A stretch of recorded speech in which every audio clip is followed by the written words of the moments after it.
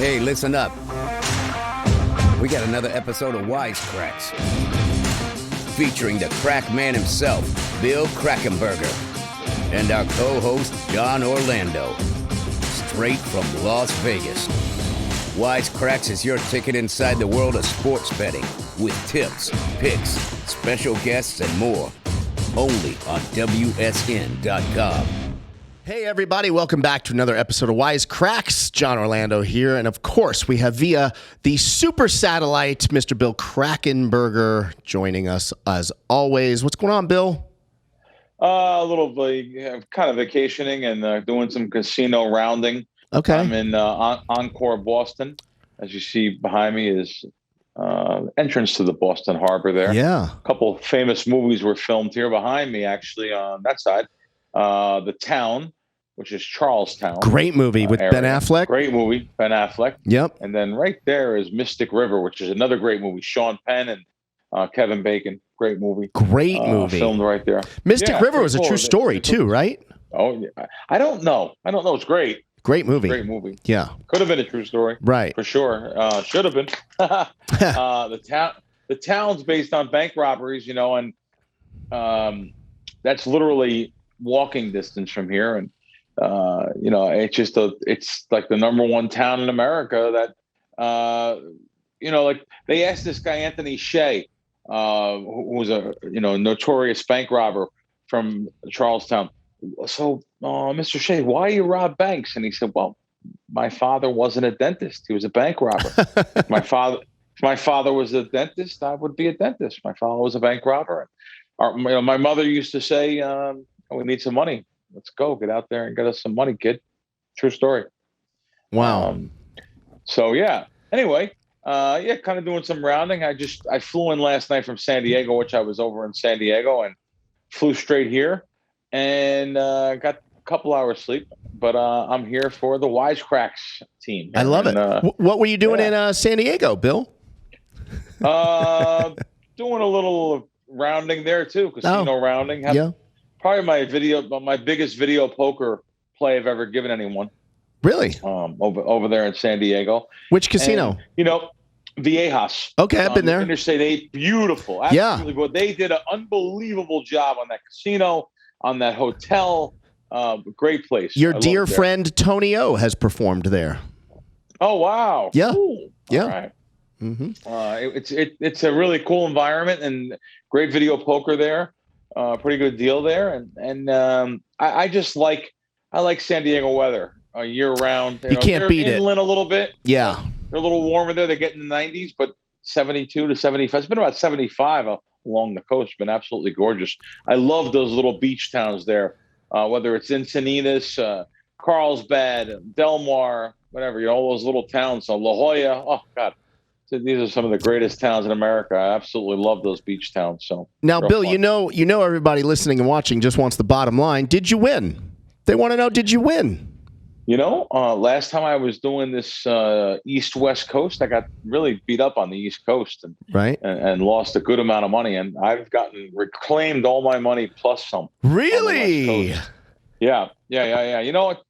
I am so humble. I don't talk about winning a lot. I know you don't. But I did. I probably won about 50 grand. What? So, yeah. At Viejas? Yeah. Viejas, I won 48,000. Oh my God. I love how you're like so casual about it. Yeah, I won 50 grand. I lost about 30,000 on the East Coast. They just grinded me away. Here I lost at Foxwoods. I lost in Atlantic City. And, you have to go long-term game and long-term goals. Yeah. And you have to just weigh out the variables and just don't chase. There's so many different things you have to have skill set wise. And one is that you have to just stop playing at a certain point. It's the hardest thing to do. Right. I know exactly when, I put enough money through the machine to give them a play to verify, not verify, to solidify. My offer that I received. And this particular trip, I really, and I like I said, I love it out there. So I was on opening day. I went to Del Mar, which is really cool. Put some nice tweets up on my Twitter and had a great time there. I'm not really a horse player. Probably lost a couple $100, I'm betting 10, 15, $20 a race. Colors, numbers, birthdays. Del Mar, even talking to some of the sharper guys I know in the horse race game, which is the hardest thing to beat. Del Mar is not a favorite of a lot of horse race people to bet because you just don't get the value as you get in some place like Saratoga, which is like the graveyard of favorites known as. So I don't know if it was a great time. I don't know if you know this, but I only bet on horses with cat names, and a 9-1 cat horse came in at Del Mar opening day. Really? Yeah. Maybe it was. You know what? It may have been day 2. Maybe I don't know if there was any favorites. I mean, any. It was like maybe it could have been. It could have been. No, it was 9-1. Wait, I'll tell you. Good. I'm going to tell you the name of it. $20 horse. Okay. It was Gianna's Wildcat. Do you remember that one? Yeah, Gianna's Wildcat in race 4. It might have been a late race. Oh, really? Yeah. Wow, I was there for it too. Okay. Yep. Did not. Number 6. Yeah. It came in with Wedding Chapel. Okay. Yeah. What was the numbers? 6? Do you know the numbers? Yeah, 6, 6, 8. 6, 8. Okay. Cool. I usually. And the 8 paid 38 to place. That's a monster exacta. Wow. $18 to win, 38 to place. Big exacta, huh? Okay. Yeah. I missed it. It was opening day? You're looking at the results? Well, my friend sent it to me, and he was there opening day. Yeah. Yeah, it was opening day. Promise. Okay. Yeah. All right, we'll see. Might be calling him out after the show. It was like all low prices the whole Was time. it? I remember that. But I may have, I didn't bet every race. I bet $10, like I said, on a lot of things. And some I just didn't bet $1 on. So okay. It was fun, though. Fun crowd out there. Like I said, I put a tweet on Twitter that I met one of my buddies, Jimmy the Hat, out there, took a photo with him, got 100,000 views on Twitter. It's pretty cool. Jimmy the Hat. Jimmy the Hat. There's always got to be someone Jimmy the Hat. He's actually a really known guy in horse racing circles. Okay. And, it's amazing how those guys dress. And even the girls. Opening day was the who's who. Oh, it's incredible. Wow. Yeah. Wow. I mean, they were really, really overdressed to the nines there. Yeah. With the nice hats, and the guys were dressed really sharp in their suits and their colors and their fedoras. Yeah. And the girls with their little sequins and bows and floral designs. It was really nice. It was a cool day. And they limited it to 15,000 people, which was cool. And usually this 2 years ago, I think 3 years ago, it was 47,000 opening day. Oh, wow. So you had to have a seat. That's when I was there 2 years ago. That's the last time I was there. Yeah. Yeah. It's cool. Now, I went for the season. I won't go again. I mean, I shouldn't say that because I told you I was going to go. Right. And I am going to go back in like 3 weeks. Yes, because I'm going with you. With the missus. So maybe, you bring your girl out and we'll have a good time. Yeah. So, yeah. All right. I like it. What else is going on? What else is going on? Well, I thought my Phoenix Suns, well, by the time people see this, I think we could have hopefully we won't have a champ yet because I want to be right that the Phoenix Suns are going to pull this out, but they're down 3-2 and they play tonight as we record this right now. Any Could thoughts? Go to a Game 7. Hopefully. Nah. Is it fixed? Is basketball fixed with the Game 7 stuff? No? No. A little bit? That will be really good. Okay, not fixed, but sponsors, the networks, does the league kind of say, hey, to the refs, like, be lenient? No? I mean, they better not. Jesus. Or if they do, make sure I'm in on it. That's for sure. All right. You have no dog in that race, though. No. All right. I have no dog in the race, and we're doing baseball and looking forward to some preseason football coming up here in the next couple of weeks. Then, of course, we get into the NFL season and college football season, NFL props, which is kind of one of our specialties. So yep. Look forward to that. Yep. Has baseball been treating you good? Baseball's okay. We're holding our own, especially after All-Star break. I think we were like 6-2 or something. So, yeah, we've held our own. But I'm not one that goes short-term. It's all about long-term. So, long-term, we get the money just in about just every sport. So, yeah. When you have new players join Crack Wins, how do you communicate to them, or do you, about explaining long-term? Like, do you have a lot of people that join? Like, if someone joins and you just happen to be in I don't want to call it a slump, but let's just say you're not as hot as normal or something, and sure. they go 0-3 their first 3 picks of yours or whatever, do they send you complaints, or how do you deal with that, or do you? Once in a while we get emails and we answer them. I answer them. My team answers them. Of course, it's all about long term. So Right. For sure. And anyone else that we've had guys that have I have dozens of guys that have been with me since day one.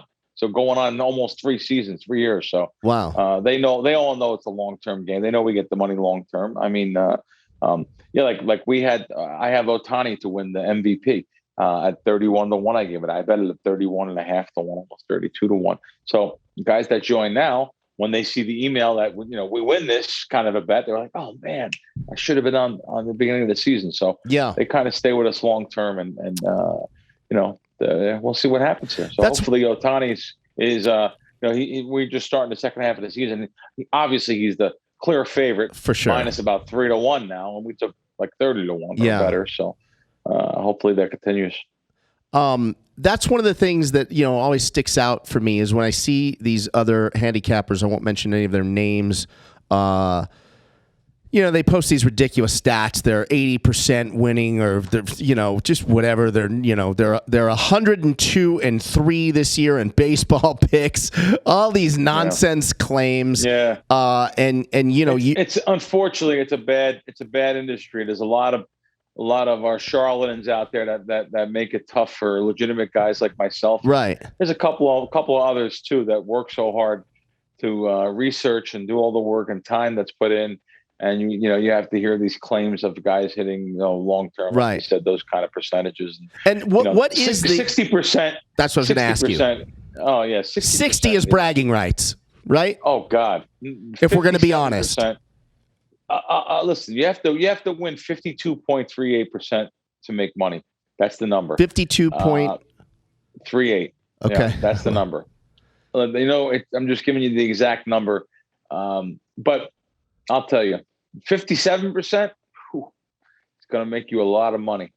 I've had seasons in college football, college basketball. I mean, especially 60%, and that's going to make me a lot of money, and it's going to make my followers a lot of money. So right, and these outlandish claims of 70 or like you're saying 80%. It's so crazy. Everyone likes to talk about what they do short term. Yeah, just like before you asked me, I said what I did since the All-Star break. It's better to know that I'm actually winning for the entire season long term. That's what you have to know about. It's not about short term. Right. These handicappers or however they get their games and what they want to call themselves, they just talk about short term or a run they're on, and and they're not transparent like we are at Crack Wins. We show everything. We have a weekly write up every week, right on the site or right on the app, and that's very important to me. It was part of the reason I opened it up, and that was one of the stipulations I had before I opened up this kind of a service.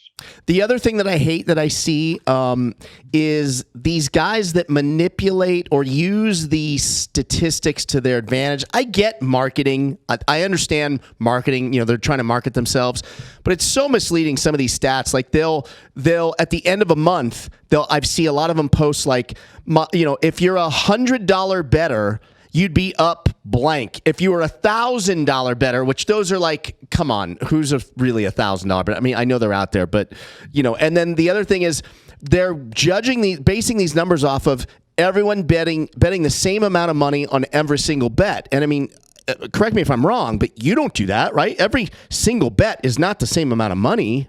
I recommend each individual sport. I recommend a different percentage of your bankroll to bet on. So maybe something like a NFL prop, I recommend 2% of your bankroll to bet on, whereas a NBA total, I recommend 1% of your bankroll. So it all depends on what your bankroll is, and as your bankroll grows, your bet size will grow.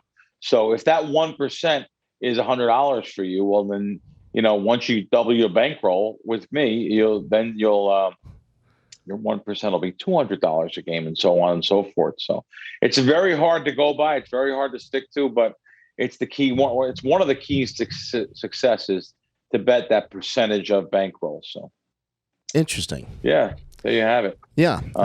Something else I wanted to cover. Yeah. It's going to be an off topic here. Okay. I talked about this earlier with someone on a show. It's about these high rollers, and one of the casinos backed me off last week, and I'm not going to say who. I was with a buddy of mine who was betting.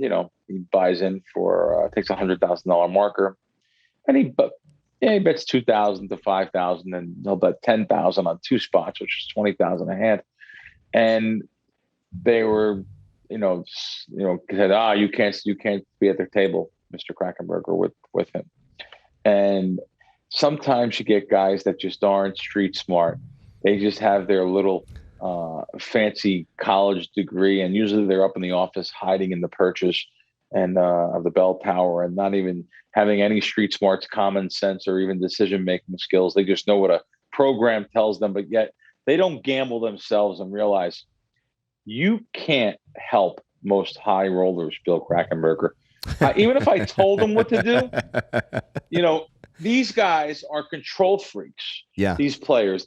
Part of the game is recognition. Is now there's somebody, Mr. P, Mr. C, Mr. T. There's somebody now in the casino when they're home, when they're in their regular life, maybe their wife is the boss. And I'm not saying that's the case here, but or maybe they don't have the power that they have inside of a casino. Right. They're just dad at home. Yeah, they're just dad at home. Now they're Mr. P, Mr. C, whatever it may be. And that's in this case with this person that I was with. I couldn't. If I told him what to do, he wouldn't do it. This is about ego. It's about him being there and bragging rights and being able to bet, and being in control. And I would never even try to tell him what to do, because what happens is, let's say I tell him that you're supposed to stay on this 16 on this situation, which, by the way, there are situations you're supposed to stay. It was 16 verse 10 or even 9. And if I was to tell him to stay, and the next card, out is a 5, let's say, and sure enough, he would have won the hand when he lost the hand.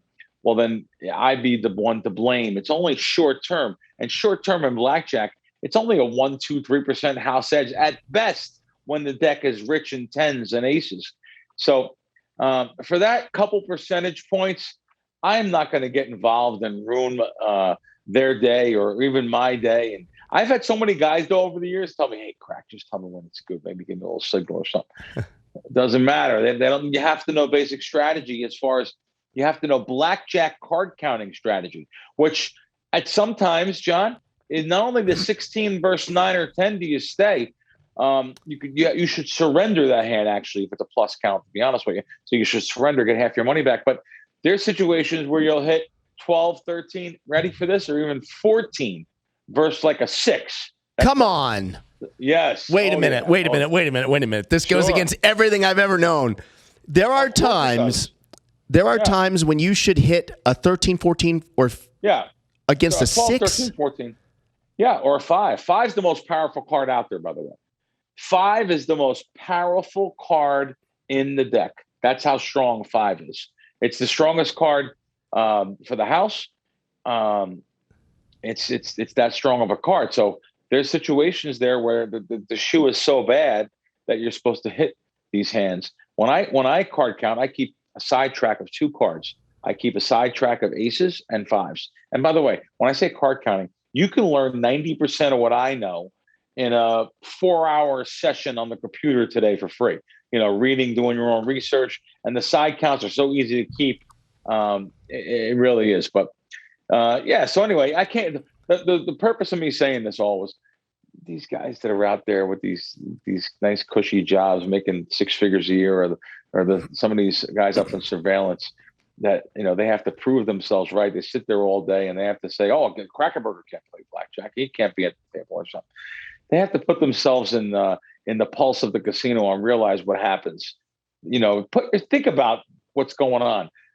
In this situation, this guy surrenders 17. I'm sorry, he surrenders like literally. He'll surrender into a 7. There's no hand to surrender us into a 7. So he'll have a hand of like 14. He'll surrender into a 7. God. But yet they still say they don't want me sitting with them. Right. Do you think I'm going to let someone surrender into a 7 or even an 8? Right. Do you think I'm going to, if I'm card counting or running down a deck or running down a shoe, give me a break. But these guys, they have to prove their jobs and I guess what they do. But anyway, I don't want to spend too much more time. You split 10s against a 6? You're supposed to in situations when it's a plus count, but that also draws a red flag to your table because the dealer will turn around and say, splitting 10s. And right. The floor person, pit boss, you're looking for no more eyeballs on you. So and if you have a king and a queen, you could split that. Okay. That's how bad of a bet it is. They'll let you split a king and a queen. That's how bad of a bet it is. You could bet any combination of 20 you want with the ace, with the 2 cards, with the picture cards. Yeah. And that's how bad of a bet it is. So if you're splitting that, it's known that it's going to be a card count situation or, anyway. Is there ever a time when you would double down on a 12 against a 2? No, I don't. You don't. But you do hit that, right? You hit 12 against 2 and 12 against 3 you're supposed to hit? Almost all the time. There's times that that you double down on cards that you normally wouldn't double down on if the deck is rich in 10s too, or if the deck is plus count, I should say. And is it a rookie thing to like I learned early on when I started playing blackjack? Split aces and 8s always. Is that actually true? 8s always, even against a 10? In basic strategy, it is, but not so in card counting. Got it. Because it is two different strategies. I get it. It is. But for the average person at home, it's not going to get into counting. If you have 2 8s and you're up against a 9 or a 10, absolutely split those. 8 you always split. 8 you always split because you can get the 2 or 3 and double And 16 is just a bad hand, right? A losing hand, and you just try to. I know you're putting double the money up, but yeah. So, do you have any thoughts on free bet blackjack? Have you ever played free bet? I love that game. Why wouldn't you? Right. all those gimmick games are all sucker bets. I mean, you're talking about free bet blackjack. Whereas when the dealer busts with a 22, right? Yes. It's a push. It's a push. Yeah. That's all I have to say. So the dealer gets that proverbial 22 that you're looking for in regular blackjack, the dealer to break. However, in free bet blackjack, if they get 22, you push the hand no matter what you have. It's ridiculous. So, but they'll pay for your double and your splits. They'll put your double up and the splits. The dealer puts that all up. Oh yeah. And John, you want to know something? Huh? If you want to play that in my garage, you can come over and play in the garage. I'm giving a 10% bonus to you. Whatever money you put up, come on. More. Wait, I might come over. I respectfully disagree on this one. No? Well, you can disagree all you want, but what about the prop bet? They're not going to be backing me away from free bet blackjack. No. That much. What about the prop bet where you can the pot of gold with free bet? Have you seen that? So if you get all that stuff is really garbage. However, they have games where if you get 2 king of spades, you get 200 to 1. Yes, and you get 1,000 to 1 if the dealer has a blackjack. Yeah, and same thing in Vegas. I got chased out of a casino called the Cannery on Boulder Highway. Yeah, I know the Cannery. They had a game where you get 2 queen of hearts. If you get 2 queen of hearts, same exact thing. That's real simple, right? Yeah. There's 2 decks of cards. Right. Double deck. Right. That means there's 2 queen of hearts, folks, or 2 king of spades. Right. That side bet should be placed when you're deep into the second deck. If the 2 king of spades, just simply keep track. Are the king of spades out? If none of them are out, play the side bet. If 2 queens of the 2 queen of hearts aren't out, play the side bet. Now there's all different other payouts too along the way, but they're the big payouts. So, but you'll get chased off that game, quicker than Sherman went through Atlanta. If you're betting just a side bet when the queens and the kings are still in the deck. So right, all right. But yeah, I recommend doing it. I got thrown out of that Cannery for doing that. I'd like to get thrown out of a casino for just being too good, just for once in my life, Bill. It's not 20 years ago, more than that now. It's 2021. 23 years ago, a buddy of mine in New York. He's been a square sucker his whole entire life. So he gets run out of an account. He called me up. He was so happy. He goes, I can't believe it. I'm so proud of myself. It's true. My bookmaker threw me out. He said, yeah, you're too sharp. Right. Joey boy, your bookmaker. Get out. And he's like, oh my God. He was telling all his friends, bragging, smiling, drinking. He was drinking. I got thrown out of a bookmaker. Right. Crack got me thrown out. He was all happy. I was like, that's not what we want to do, Joe. Right. We don't want to get thrown out. That's bad. I mean, that means he knows that we're a winning player and the info you're getting is good. And he doesn't want it. He just wants your information. What you want to bet normally. Right. Last day of the game and favorite and over, whatever it may be. So. While we're getting all this wisdom from you, Crack, I should remind everyone to check out the Crack Wins app. It's on Apple, it's on Google Play. You can go to crackwins.com and you can get all of this man's fantastic wisdom and great plays every single day, not just every month. Every day you've got games. Consistency is the big thing. Long term, over the length of the season, like I said earlier. Let us do the work for you. We have a good team that does some research to get these games for you and find the best value on the board every day when you're working 40, 50 hours a week. You're going to bet anyway when you get home or whatever it may be. You're going to listen to these guys on TV that are, announcers, broadcasters, prognosticators. I mean, it's really funny what's out there, like we said earlier. And so listen, I know that I'm going to be excited here in the next couple of weeks. I love preseason football. I love this time of the year. So, yeah, Crack Wins. So download the Crack Wins app and crackwins.com and let us do the work for you. Let us do the winning for you. When you went Get thrown out of your bookmaker. Get thrown out of your bookmaker. That should be the new ad slogan for that. Yeah. When you went to Del Mar, did you crack open, you see what I did there? Did you crack open WSN.com and maybe read any horse-related articles before? Or? Again, the WSN.com. The latest articles. I challenge any other site to have as many articles as WSN has every single week on different subjects, gambling and non-gambling wise. It's just fun stuff too. It's life. It's things on whatever the major golf tournament is or the tracks that are going on. Then you have the state to state guide of all the best bonuses and stuff. I love getting bonuses. The legal news, what's going on in the gambling world in each state too, or what's the situation in each individual state. Here where I'm at in Massachusetts, they don't have sports betting yet, but yet Thursday they're actually doing a whole thing on this to try to get sports betting here at the Encore and in Massachusetts, because they're losing their revenue share to New Hampshire. People are driving 30 minutes away to New Hampshire and they're betting sports. So we're going to try to keep the money in the state here. WSN has all your states covered. Like I said, the bonuses are the best thing. Nobody has bonuses like WSN. Each individual state, you click on the guide and see what they offer people. So, well, check that out, people. Crack, last week we had so much fun recapping the McGregor fight that you and I talked too long. We didn't get to our interview. So I thought maybe this week we will play. We had a great interview, and let's roll that interview, Travis. Yeah, before we do roll it, I'll just preview it for the guys.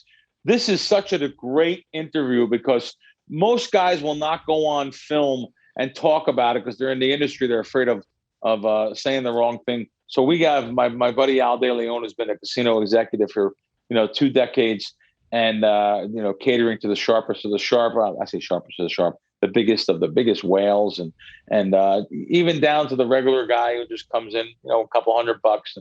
And Al's my favorite guy in the business because he literally knows what it's like because he gambles. And I would never hire, if I'm in that business, I'm never hiring anyone that didn't gamble and know what it is to lose a paycheck. So Al is my guy for this, and like I said, he knows what it is because he gambles a little bit too once in a while, and so he knows what it is. So Al is there for you, Al De Leon. Let's roll that tape, Travis. Exactly. So, we have a special guest today, and there's so many different people, John, that I could have brought in to have this role, casino executives. A lot may be afraid to talk about certain things, but a lot of I've actually talked to some that would like to come on, and I said, I'm going to bring on one of my buddies, one of my true friends in the industry. It's hard to have a friend in the industry that works for a casino and for you to know if they're your friend or they're just there for you because you gamble and give them theoretical and play and make them look good. Yeah. I feel the guy I'm bringing in is a true friend. I've been all around the country with him many times. Al De Leon, thanks for joining us.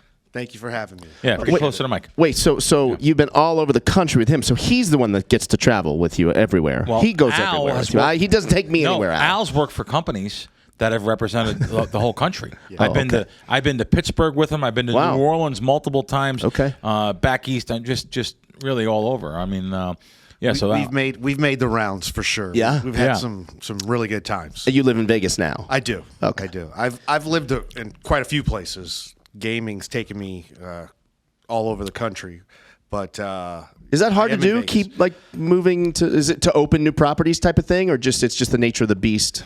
Well, not so much anymore, right? But at my age, when I was just 21, and it was kind of the proliferation of gaming, right, at that point, where new jurisdictions started to open up, and I took advantage of that. I started out as a 21 dealer, learned table games, kind of moved through the ranks up to, in charge of table games at some pretty big properties, and just through default, really through attrition, I was working at the Las Vegas Hilton, which is now the Westgate. Yep.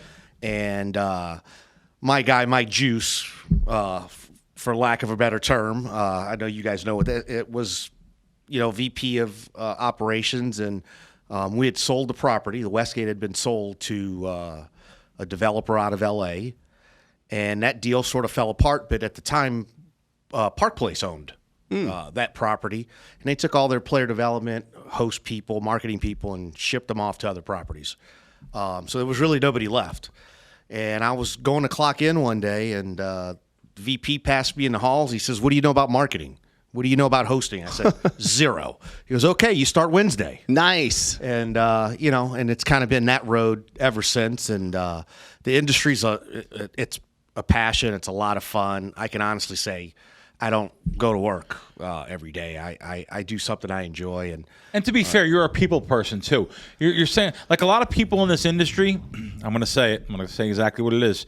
There are so many people that have made six figures, and even now a couple that make seven figures a year, that have made careers of being friends with somebody.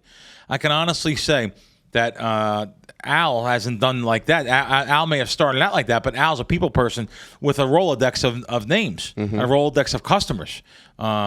So I know Al's works at, we're not going to mention the properties. Al has worked at some of the biggest properties in the world, some of the biggest names coming in, gambling millions and millions of dollars. And that's I just wanted to say that it's not like Al just was friends with someone and passed him in the hall and hired him.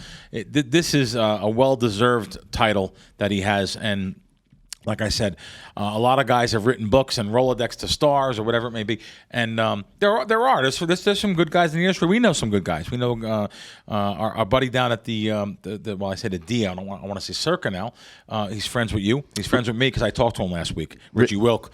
Yeah, I talked to him last week. He's like, I'm great. a giant fan. I didn't even know he watched. Yeah. So he's a giant fan of the show. Great guy. So anyway, Al has been on. Has been on the payroll of many really unbelievable casinos, and he's from New Orleans, and he's a street smart guy from New Orleans, a knock around guy. Now again, we can cut this out if you want, but he was with Carlos Marcella's family members, which was the head of the mob, and he's the guy that had Kennedy killed. Just in case you don't know.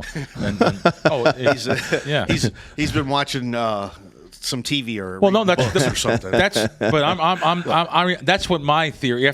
I am obsessed with the John F. Kennedy murder. Really? Oh God, I've been to Dallas. I went to the book depository. Yeah. And I've read so many things on it. I've watched so many specials. That's my final thing. I think Oswald was involved killing him. Might not be alone, but I think it came from Marcella. Just to let you know. Well, I'll tell you this. I went to grew up with, and I'll say their names. I'm great friends with them. We stay in touch through Facebook and other things.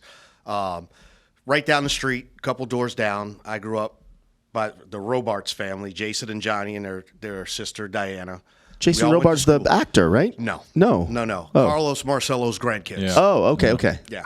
So, great family. Right. If Yep. set the other stuff aside. And Yeah, that's yeah, what it is, right? Everybody had their career path and Yeah. did what they did, earned how they earned. And there was a gentleman lived down the street who had a kind of a casino Vegas nights for charity. Yeah, they have like right, Vegas events. thing. They have them all back east. And he had a casino essentially in his garage, and he took kids from the neighborhood and taught them how to deal. If you wanted a job, you wanted to make money on the weekends, and that led from one job to the next. And then when I turned 21, I decided, let's go get a real job. Let's move to Las so Vegas. you actually learned how to deal in New Orleans. Oh yeah. Wow. And the first real job I had in the casino business was in New Orleans. So I was listening out back. You guys were chatting it up about horse racing and Del Mar and that stuff. So gentleman who owned the track in New Orleans, the fairgrounds, Louis Roussel III. The Roussel family, his father was known for he was the richest man in the state, and they had a ton of money. You're definitely getting yourself a pair of cement shoes. Oh, but he's a great guy.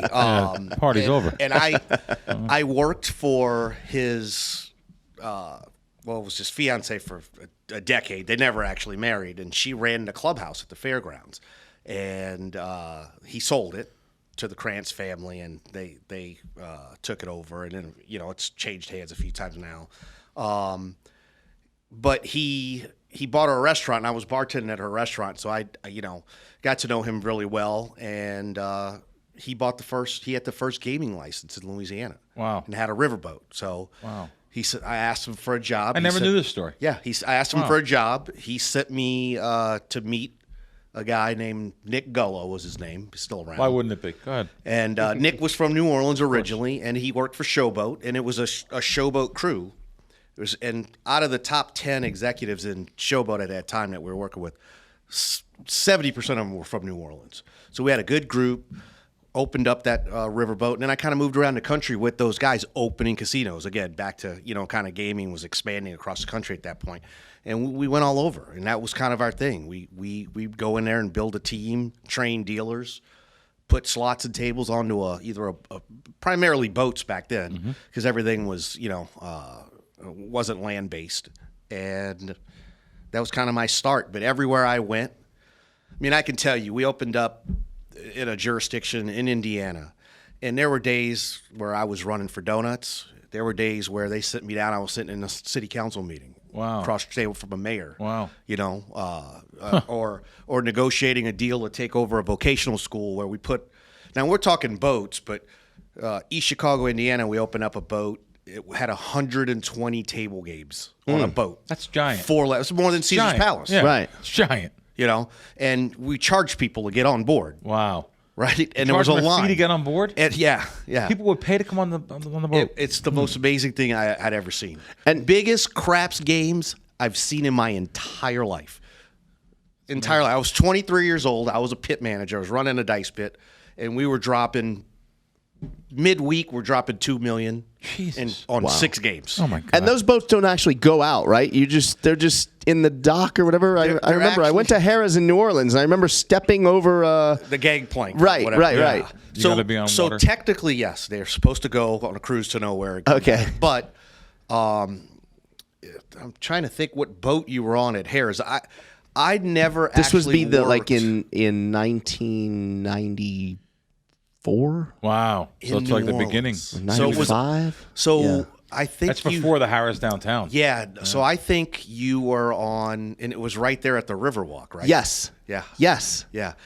Yeah. Because same thing when we went to New Orleans. I went to one of your places there, and you had to go over the water to be on water. Because that's actually so. The vessel you were on. Yeah. There was a guy we can mention him because I've never worked for him. Himmeter was his name, and he thought he built the perfect mousetrap because he built 2 ships or had 2 riverboats, so you could always get on one or the other. And it was further downriver on the Mississippi, and it failed. But the place where we went bought one of those. Right. That wasn't the original sort of paddle wheel, thing. Al, let's get into great. juicy stuff. Let's do it. What do you Here's wanna how this talk all went down. Man, I'm with Al the other day. Yeah. And he tells me about someone that lost like $500 million with a B, $500 million, and we're not going to mention the guy's name. And it was years ago. And he paid. and he had like an $11 million left over that he owed in the end, and the casino went after him. And I was like, wait a minute, hold on a minute. He paid $500 million to this casino, and but I mean, I just was shocked how greedy. And we're not going to mention the casino, the gambler, but I mean, what am I saying? The right numbers? Almost. Yes. Yeah. Yes. And Yes. I think it was around 13 or so in the end. 13 million. Which is crazy they went because after him. don't some of these guys negotiate like 10% back? Well, to be fair, the $500 million or whatever it was Right. was after negotiation. He might have lost $650 million, and he had to pay $500 million. Now this Okay. is not one shot. This is over years, over like a Right, but 3-year regardless, period. Like this is a guy that's basically you paid your dividends for your stockholders and everything else, and here you're going after him for the last $13 million, trying to ruin his life, put him in jail for a felony. I mean, what's the average cost of a property to begin with? It's probably not that far off of $500 million. So I just right? when I heard it, I was sickened by this, Al. Yeah. When you told me this, It was. I mean, I could tell you so many stories. so many stories. Yeah. Feel free. But well, let me just say this. And again, we won't mention the company, but we're talking about someone who checked into a major resort on the Las Vegas Strip into a 13,000 square foot room and never left for over 2 years. Never I didn't checked know out. that. Really? So he Al, lived he stayed there. at the hotel He for 2 lived years. there. He lived there. Wow. Oh wow, I did not know that. So the guy stayed at the hotel. That was his. That That's was his the- house that for was 2 his- years, and he lost. Did he lose the $500 million in 2 years? Over the 2.5 year period, he lost well over 500. Over $500 million, paid all the money, and they say, "Well, wait a minute, you owe us some more, and It's we're going to go insane. after you." And is that playing the same game? Like, is it just blackjack, or is he all over the map? So when I tell you, I could tell you stories. We did things. So there was a position created that never existed for me, and my job was essentially to make sure this person had what they needed, when they needed it, how they needed it, round the clock. Which might sound like an easy job, but that's probably very stressful. Listen, ton of work, Right. Ton of work, and you have to. I mean. Those guys don't ever want to hear the word no. Well, it's not even that. This person was unique in a lot of ways, and it wasn't. We communicated well, and we had a really good understanding. In terms of where I drew the line and what I could and couldn't do, or would and wouldn't do. I'll just tell you a story because this will kind of tell you what type of a person he was. If he didn't want you around, he was nice enough to give you some mundane chore or errand or something just to get rid of you, instead of saying, you know what, why don't you take the night off? I kind of don't want to hang out with you today, or whatever it is, right? Right. So there was a security guard that was with him most of the time, and he just didn't want him around. So he calls him over. He says, here's $10,000 cash. I need you to go to the grocery store and buy all the steaks. Steaks. This is a real story. This is 1,000% true. So the guy, he tells him what he wants. The guy goes to whatever, Smith's or Albertsons. I don't know where he went. And he calls about 45 minutes later. He says, okay, I got him. tell him I got all the steaks. And he says, what do you got? He wants to know what you got. He goes, I bought like $1,500 worth of steaks. There are no more Right. steaks. Right. He says, okay, well, let him know. He's got plenty of money left. Go to some more stores, get some more. Right. He spends $10,000 on steaks at about 7 or 8 different grocery stores around the valley. Now he comes back, car's packed with food, Right. and he just gives it away to employees. It ends up with about, 200 steaks left over, and he wants to. I'm off. I'm not at work. He wants to send the steaks to my house, but nobody will tell him where I live.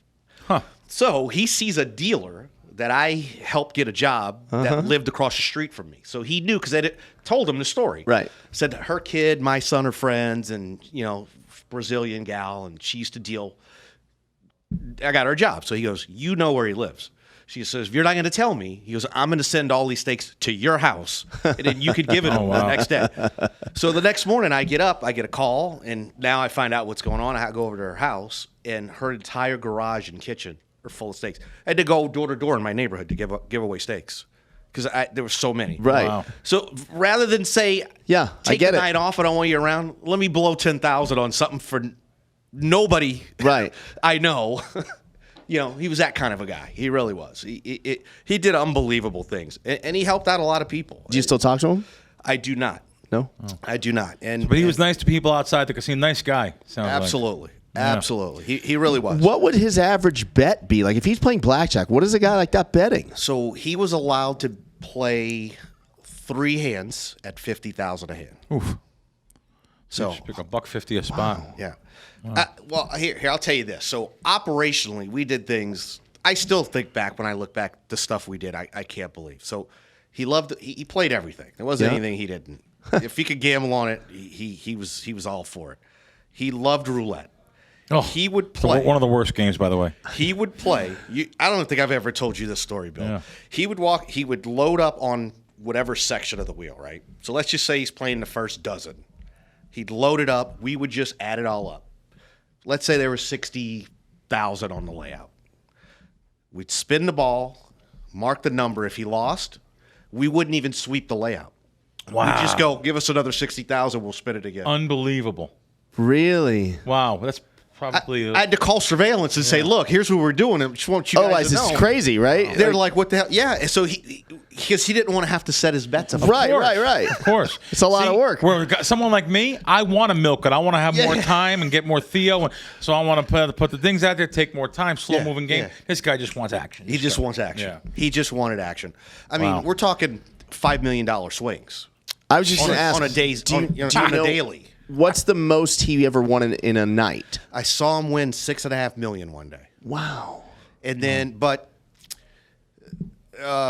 I could tell you, he playing slots one night. One of the machines malfunctioned, and he didn't make a big deal about it, but he made it a point to tell me. So I called the president of the hotel, and I told him what happened.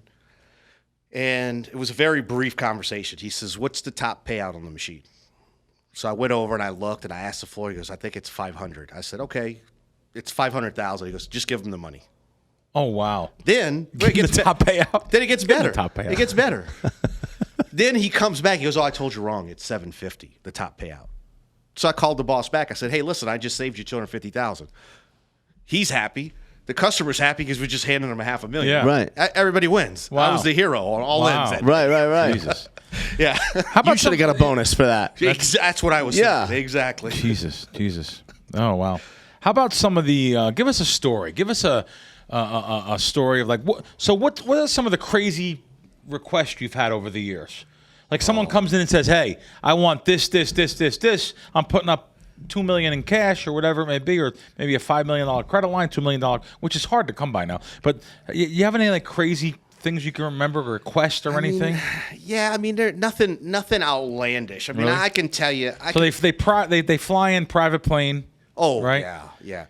So, and you know this about me. I'd say at one time I probably was dealing with, on a consistent, regular basis, somewhere around 10 to 12 of the top 100 gamblers in the country. Right. I mean, just, people that, and some of them that just post up just Sure. ridiculous numbers, right? Sure. I mean, the job affords you a lot of, it's a lot of fun. I mean, I probably had a 3-4 year stretch where I went to every single major sporting event, Oh, wow. everything. I mean, from So that's a World- perk then to give them Well, tickets to the World Series, yeah, Super Bowl. you're talking like we went to. I went with a customer who really, really well. We were going to Chicago, and he wanted to go. He had been talking trash about basketball, and he and I. So we set it up where we went. I got up in the morning, took a limo, and went over to this mall and bought everybody gear, right? Shoes. We went to Lifetime there in Chicago, and played 1-on-1. And I just so we're clear, I trashed him. I killed him. Oh, wow. And when it was all said and done, we ended up. He says, "What do you want to do?" He goes, "I think the Bulls are in town. Could you get us tickets to the game?"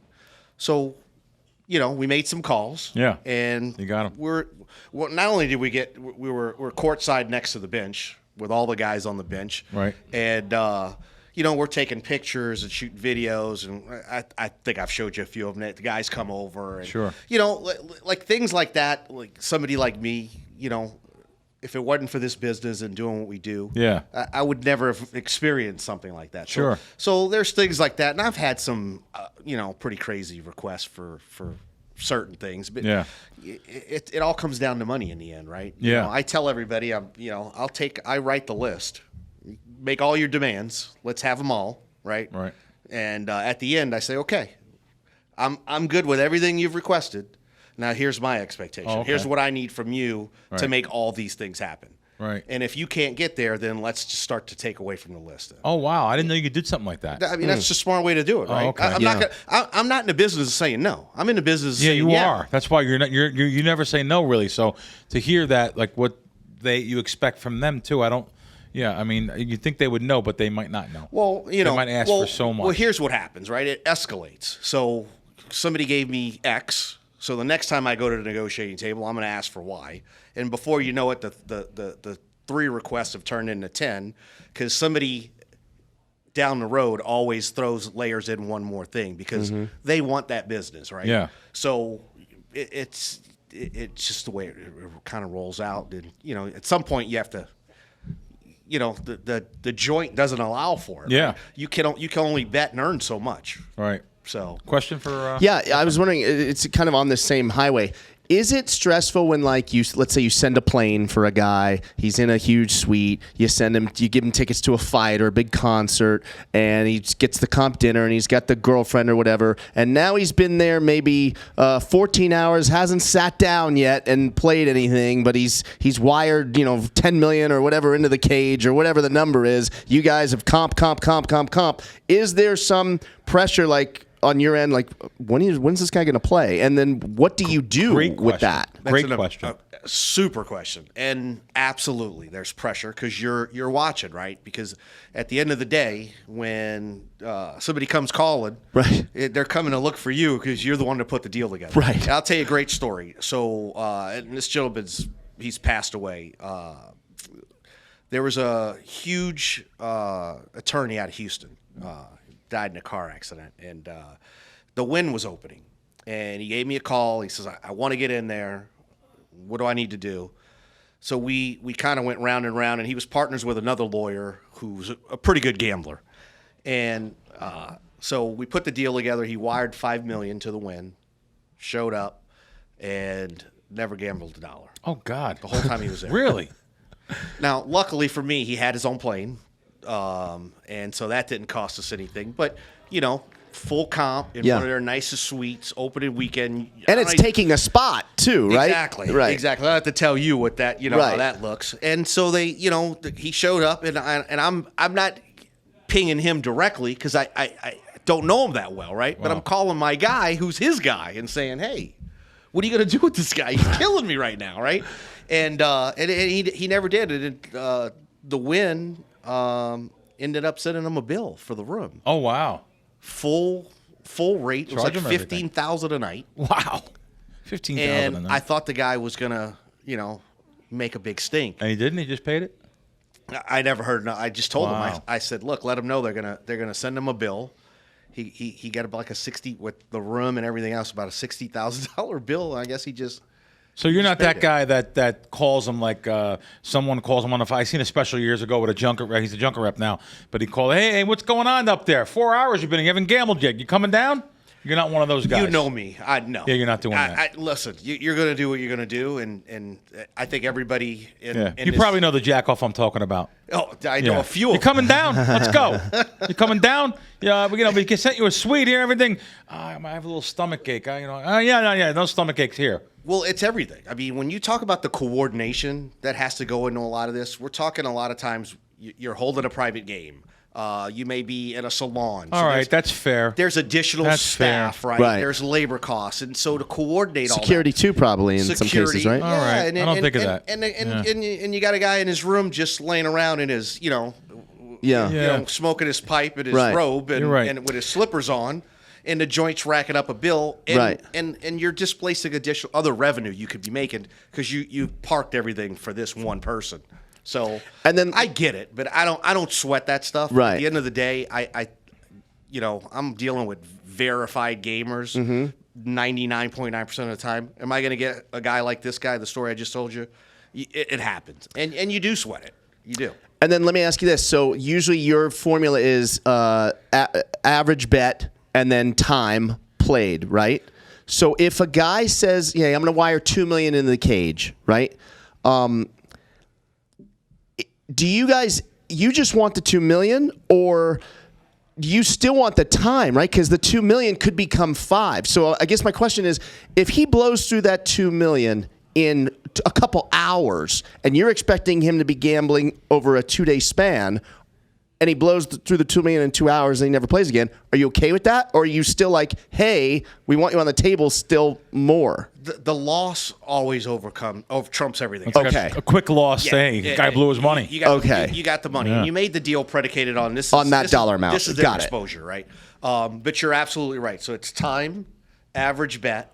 So time on the device. Right. And all the devices are different. So you Right. heard Billy allude to Roulette being a horrible game, right? So Right. higher It's a hold 5.5% game. Yeah. Higher hold percentage for the casino, worse for the player, and so they drive. So where gaming's unique is everything's really driven off of theoretical earning potential, right? Because nobody knows the outcome. Unlike any other business, we're not producing a product, selling it for X, profiting Y, protecting those margins. There's no way to know the outcome. Bill will tell you. I mean, I've seen it where you just can't do anything right, and maybe you're down to your case bet and you catch fire. And, Yeah. I'll tell you a funny story about a guy. We had a very similar conversation about his play. In fact, it's the guy I was just alluded to who was friends with this guy that I sent to the win. He would come to the Hilton when I worked there and stay in one of our villas. And the villas at the Westgate are enormous. But he wasn't big enough on his own. At that time, you needed to have $1 million cash or credit to stay in those rooms. So he'd bring 4 or 5 of his friends from Houston, and they were all 250, 300 respectively. So we got to the million cumulatively, right? But I get a call one night. I'm at work. It's 3 o'clock in the morning. I need you in my room. I need you to come up right now. It's emergency. So I go up. He's in the room with all his group, and I think he emptied every single strip club in Las Vegas because there was probably 40 girls in the room. And he says, somebody stole $25,000 chip from me. That's in the room right now? They're lined up. Oh, my God. So This I'm is like, incredible. What do you want me to do? He goes, well, I already told them, you run this joint, and they're not getting out of here with my money. I'm like, well, first of all, I don't run anything. Let's just start there. I go, but I get your point. So I said to him, I said, look, the chip's dead to you because I'm going to call a cage. You're not cashing out. So, make a necklace out of it, make a keychain. You're not getting any money for it, right? And then I tell him, look, just forget it. Let's just go. Let's go downstairs. Let's go play blackjack. It's lost. So he comes downstairs. He's playing blackjack. He's probably losing a couple $100,000 now to compile his problem of the $25,000 chip that's lost. So here comes one of his friends holding the chip like it was infected, like this, with 2 fingers. And he's like, we found it. It's no telling where it was. Yeah. And I don't know if there were any cavity searches that took Sure. place once I left, but Yeah. who knows? So I told him, I said, I'm not touching it. He didn't want to touch it. I said, just put it in the circle. Let it go. So he put it in the circle for blackjack. He won $350,000, never looked back. Come on. They bet With he that won $25,000 The lucky that chip. one chip Oh, my won God. $325,000 before they took it down. Oh my God! Like our great friend Phil Hellmuth says, Yeah. a chip in a chair. A chip in a chair. Wow. Well, listen, this has been great, Al. Yeah. We're gonna get you on again too. All right, I appreciate it. For If you're, I know sure. you probably heard that noise in the background. Did you hear it? You're bang, bang, bang, bang, bang, bang. That was Marcelo's guys are here. Oh, nice. Good. Back from the grave. No, but yeah. So anyway, no, it's great having you on. Look forward to having you on again. And believe it or not, we have more questions for you, but we'll save them for next time. Yeah. We need to do a full hour with him next time. We could do a full Can we hour. do that? Absolutely. All right. Yeah. All right, Yeah. guys. I appreciate Good. it. Thanks, you. man. Thanks for stopping by. Yep. Wow, Crack, that was great. You please promise me we can have him back in studio for a full hour. We may need 2 hours in studio with him. I had a lot of other things written down when we did that interview with Yeah. him. We never even got to. So Well, we'll have them again. Great, Yeah. good stuff. Good. All right, we've got some Twitter questions. I'm actually gonna do this glasses free crack because my ego Okay. can't handle I it. got them here too. All right, but I'm glasses free, but I'm gonna do that. Just because I can't do that. Sure. It's right there's the money shot. This is the money shot. Welcome to 51 almost. Can you see it? Oh, this is from Adminarendo. How about let's go because it's hard to read it. Adam in Redondo. Oh, Adam Redondo, is that in it? Redondo. Yeah. That's classic. Is Redondo Beach and where's Yeah. that? It's got to be. somewhere along It's got to be. Yeah. California, right? Redondo's nice. All right. He says, cool. Can you see a day when cell phones will be allowed to be out at blackjack and craps tables? Please say yes. You're the best, Crack. I'd like to know why they're not allowed. I guess they don't want pictures of other people gambling. I guess I understand that part, but there's no skill set that you can use to get an advantage at a craps table with the phone. And I Right. Signaling for but- blackjack, though? Maybe signaling? Yeah, maybe. I don't know. I think it's ridiculous. They for all these years that you weren't allowed to have a phone in the sports book, and I remember of course that. Now you are. So Yeah. but you know what's weird? They don't even know. They don't even know why they haven't. Most of the people that are working, they don't even know what the reason why they're not allowed to have a phone out. But did you know this? You're allowed to have the phone in the sports book, but if you go to the window, you can't be reading the phone? Can't. No, you can't be reading the phone. I never knew this. Yeah, So no, you're not when the supposed to. pandemic started and they weren't giving out the pencils, Right, I would write on right. my notepad my picks, and I'd go to the window, and I kept getting in trouble. And I was like, "Well, what do you want me to do? There's no, I can't write. What do I do?" All you're doing is reading your clipboard on your Right. computer. Yeah. On your phone. Yeah, I see. All right, let's get to the next one. All right. The next question is from NJ. Oh, Electronics. New Jersey Electronics. Yes, you got the East Coast in full swing here, huh? Yeah. What's the best casino in the country for video poker? Well, if you're a low roller, the local casinos in Las Vegas, I know Stations has 100% games, which is they have like 5 or 6 different games on there for 25 cents to $1 single line, and I guess that would be the best. The rest returns they're literally 100% games. So if you play basic strategy, you're actually supposed to break even at the end of the year. You get your comps and maybe a little bit of cash back and stuff, and grind it out. But you should learn the strategy. Download one of the apps on the computer that tells you video poker strategy. For bigger casinos, believe it or not, bigger plays. I like these Indian casinos in California. They all have really good games. So just look for them. But yeah, video poker, local places, local casinos, but not your local bars now, and the 7-Elevens, and like Sebastian Maniscalco says, the little death huts. You want to stay away from them. Uh-huh. But as far as you don't want to stay away from the 7-Elevens and the Smiths and the Albertsons. You want to just stick to the local casinos. What about the airport? Like here, the Vegas airport. Even though I love Michael Gaughan, but he runs runs the ones at the airport. And it's a great thing for tourists to come in and have some fun with them. You can fool around, but in general, the machines aren't good bit payout compared to doing your shopping. And if you do hit, you're going to miss your flight, right? If you do hit, it's happened. It's happened. Oh yeah. Okay, and then we've got another one from James Snyder Jr. 6. He says, "How long do you sit at the same video poker machine before moving to a different one? Do you go by time or loss of bankroll?" There's a random number generator, or RNG, that it's just a completely random thing. And I know, like, I'll give you a perfect example. My parents used to always play. My father would sit for hours at the same machine. My mother, she was that tough Italian. She was, this machine sucks. After like 10 minutes, my father would say, "Calm down, you just got here." And she it's the superstition. You got to get a hot machine. Everyone thinks there's hot machines. Not the case in video poker too. Anyway, it's the paybacks it's right on the screen there for you. And theoretically, mathematically, analytically, you could get you hit a royal flush and hit a royal flush the next hand. It's the same odds of doing that compared to a reel where they're set at a certain percentage, and that would actually a big payout would cut into the percentage long term. You making money. Video poker, I really don't move too much. I'll go from one machine to the next machine for a couple different reasons. If someone's smoking, I can't take it around me, so I'll move into another machine. But based on like someone, I'll give you the biggest myth. Someone walks up the machine and they just hit 4 of a kind. It's still on the machine when they got paid out. They say, I can't play here. They just got 4 of a kind. I can't play in this machine. I would think that. I would absolutely think that. Doesn't mean anything. It means zero. Really? It's just a mind game. That's all it is.